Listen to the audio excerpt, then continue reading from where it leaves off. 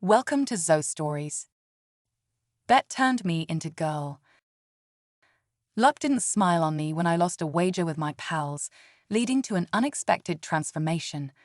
My name is Ben, a 24-year-old ardent supporter of Manchester City.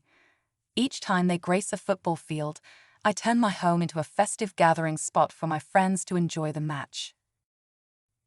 The excitement is palpable in my living room as we gather around the 75-inch screen, our cheers fueled by a mix of beer and spirits, with a feast of pizza, curry, or Chinese dishes adding to the revelry. The atmosphere buzzes with friendly rivalry, the volume rising as allegiances clash, each of us eager to see our favored team triumph. Come Saturday, the city will find itself split in two, as the storied adversaries, Manchester United and Manchester City, face off in the storied derby.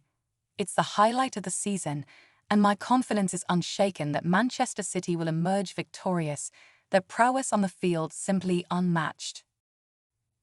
As the clock strikes 1:00 p.m., my colleagues and I will converge, anticipation in the air. The match, a crescendo of excitement, awaits us at 3:00 p.m., but before the first whistle, we'll raise our glasses, savoring the camaraderie, and immerse ourselves in the pre-match show, which graces our screens at 2:00 p.m. beers in hand. We'll cheer, debate, and revel in the game that unites us. I'm buzzing with excitement. Before the game kicks off, we place our bets, and the loser faces a penalty. My confidence is unwavering. City will net 2 more goals than their opponents. The house is all set for our guests, and at 1:00 p.m., they arrive. Warmly welcoming them inside, we order some food and crack open a few beers. As the game begins, we settle in to watch with anticipation. In a sea of united supporters, I stand alone as the unwavering City fan. Our friendly banter revolves around predictions, who will emerge victorious, and what the final score might be. In a lively debate, they claim United will easily triumph, while I staunchly argue that City will outscore United by 2 goals. Our banter continues until Jerry proposes a wager. Jerry proposes a daring bet. The loser must transform into a glamorous girl and join our Friday night clubbing escapade. No half measures allowed. Long hair, makeup, dresses, the whole shebang. My confidence, fueled by alcohol, insists that City will triumph, and secretly, I can't wait to see my friends in their fabulous girly attire. With our bet sealed by a handshake, I eagerly anticipate City's triumph. As we devour our takeaway and sip beer downstairs, the air buzzes with excitement. Commentators remain impartial, but my conviction is unwavering. I bellow that the City will emerge victorious. As the game kicks off, the naysayers predict United's triumph, but City swiftly scores, and I'm elated, envisioning my friends in skirts. By halftime, City leads 2-0, and my grin widens as the doubters grow anxious. In the second half, Manchester United swiftly scores, earning a free kick near Manchester City's goal. The tension mounts as the score levels at 2-2. Yet, despite the dwindling time, the net remains untouched. In the dying moments of the match, Manchester City desperately seeks a goal. However, Manchester United unexpectedly strikes, pushing the score to 3-2. The crowd jeers, and I futilely plead for an equalizer. As the final whistle echoes, the crowd taunts, "Hey, Charlene, you're the girly." My heart sinks. I'm now resigned to dressing as a girl for next Friday's clubbing night with the guys. Perhaps, just perhaps, I'll embrace it. Lost in unfamiliar territory, I grappled with the notion of becoming a girl. As I said my goodbyes to the guys, I couldn't shake the impending trouble. My palms met my face, a silent plea for guidance. Under the city lights, I had a rendezvous with Leah tonight. My heart raced as I dialed her number, seeking refuge in her wisdom. "May I visit your cozy flat?" I asked, my voice trembling. There, amidst the flickering candlelight, I hoped to unravel the knots of my heart. Leah's cautious consent hung in the air like a fragile promise. As the clock struck 8:00 p.m., I found myself perched on her worn-out couch, ready to unravel the tangled threads of my heart. Leah leaned in, curiosity dancing in her eyes. "What's the dilemma?" she asked. I hesitated, then blurted out, "Next Friday, I need to transform into a girl and join my friends." Her laughter echoed through the room, and suddenly my predicament felt lighter. She erupted into laughter, her mirth echoing through the room. "You a girl, Ben?" She managed to gasp out between giggles. "This I've got to see."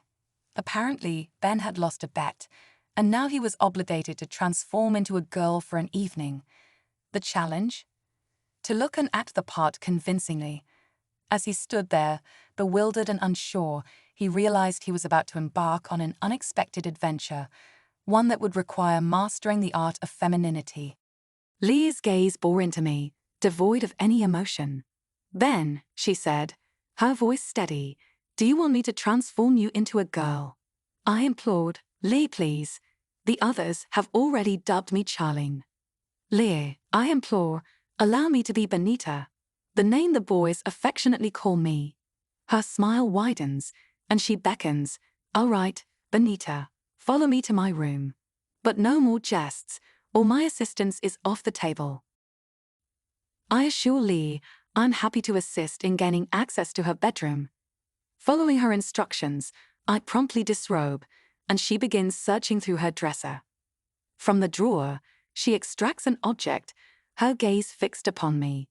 The young lad beside her stands at attention, though the purpose remains a mystery. Leah directs me to the restroom, emphasizing that my current attire, her underwear, is inappropriate. I comply, restoring normalcy. Curiously, she inquires, "Are you always this boisterous?" "Apologies for the wardrobe mishap," I explained as she handed me a pair of yellow silk thong panties with delicate lace edges. Swiftly, I zipped up, concealing my modesty from view. Their admiration seemed particularly focused on the sun-kissed patch between my cheeks. Leah handed me a strapless yellow bra, its delicate lace and dainty ribbon adding a touch of elegance. As she secured it in place, I felt both snug and stylish. Leah then revealed our shopping plans for the next day: feminine attire, forks breasts, and earrings, a transformation in the making. Bonita insisted that I transform into a beautiful girl, proposing a salon visit for hair extensions, a manicure, facial treatments, and makeup. However, I expressed my hesitation, explaining that I wouldn't be ready to venture out until the following Friday. Leah. I resolved that the best way to learn was by immersing myself in the experience of living as a girl for a week. However, I couldn't help but worry about my job. "Leah," she reassured me, saying that my colleagues would understand if I explained why I was dressed as a girl. With her guidance, I donned a dress adorned with yellow flowers, adjusting it over my bra and hips. Leah deftly fastened the neckline and secured the waist ribbon.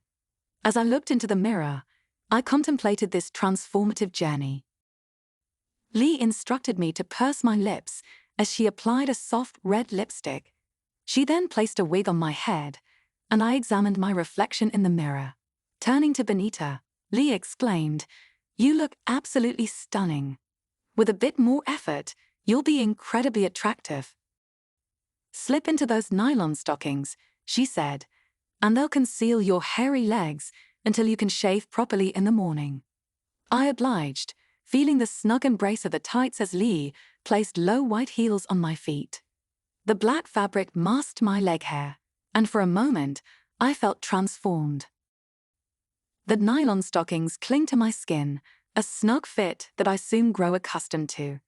As I wander around the room, Leah meticulously applies false nails to my fingers, each one receiving a coat of deep pink polish. When she finishes, I gaze at my transformed hands, surprised by how delicate and feminine they appear. It's as if I've stepped into the shoes of a beautiful girl, even if just for this moment. Lee turned to Bonita, her eyes sparkling with mischief. "I've done all I could for tonight," she said. "You look decent enough for a girl. I think it's time you took me out on that date we planned." Bonita hesitated, glancing down at her outfit. "You want me to go out like this?" she asked. Lee nodded, a mischievous grin playing on her lips. "You're a girl for the whole week until you hang out with the guys," she declared. "Come on, let's go to the pub and have some drinks." Lee's mischievous challenge echoed in my mind. "You're a girl for the whole week until you hang out with the guys." I reluctantly agreed, my heart racing. Could I really pull this off? As we left the flat, I stumbled in the heels, my nerves getting the best of me.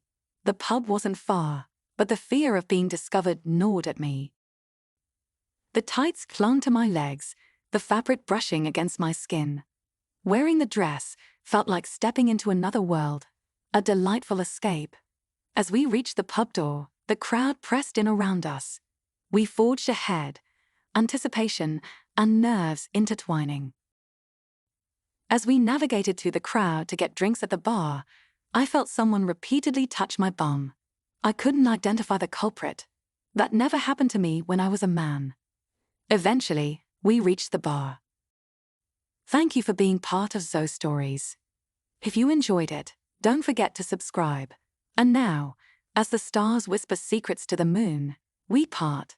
Until we meet again, may your nights be filled with wonder and your days filled with adventure.